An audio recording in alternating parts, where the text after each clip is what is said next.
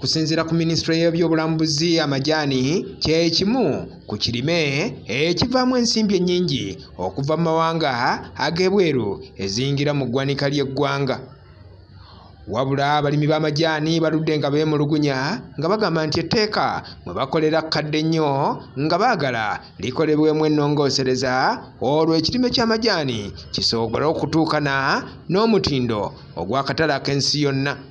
The gap that has been identified by the people themselves, the farmers themselves have found that there is a gap in the regulation of the tea sector, and it's them that they demanded mainly to address issues of quality, because now the world demands too much. The market demands are big.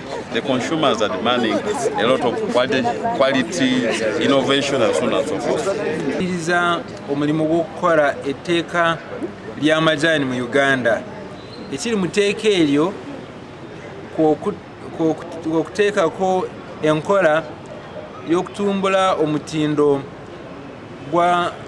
gw'amajjaani ku masamba g'amajjaani ge tulina mu Uganda.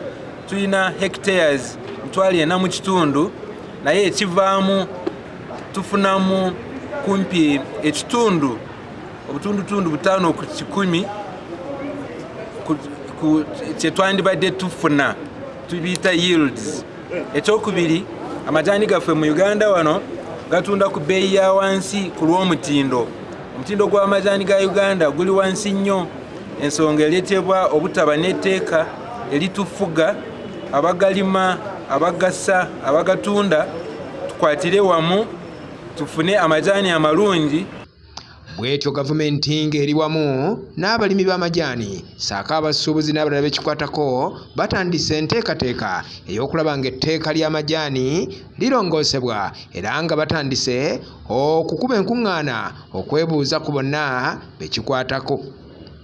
N'olwekyo etteeka lino ligenda kutuyamba tufulumye amajjaani amalungi kuva ku nnimiro, abaga processinga mu makolero nago bagakole bulungi, n'abagatunda babeere n'emitendera gye bagatundiramu, eggwanga lifunemu ekitali wansi y'emirundi 2.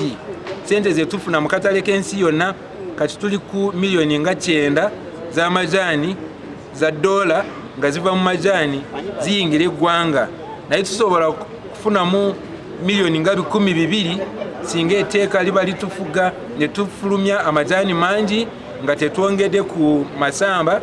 Bano olwaleero basinzidde wano mu Kampala, kyokka ng'ekimu ku bizibu abalimi b'amajjaani kye batadde ku mmeeza y'entunda gye gatundibwamu ssaako omusolo ogubaggyibwako mpozi n'ensimbi ezigagula entono.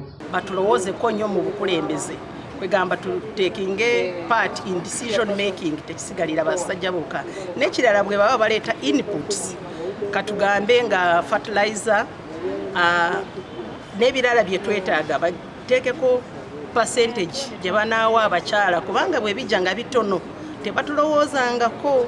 So bwe baba nga batuwaddeko percentage kijja kuba nga guaranteed, naffe nga abakyala tuganyirwemu.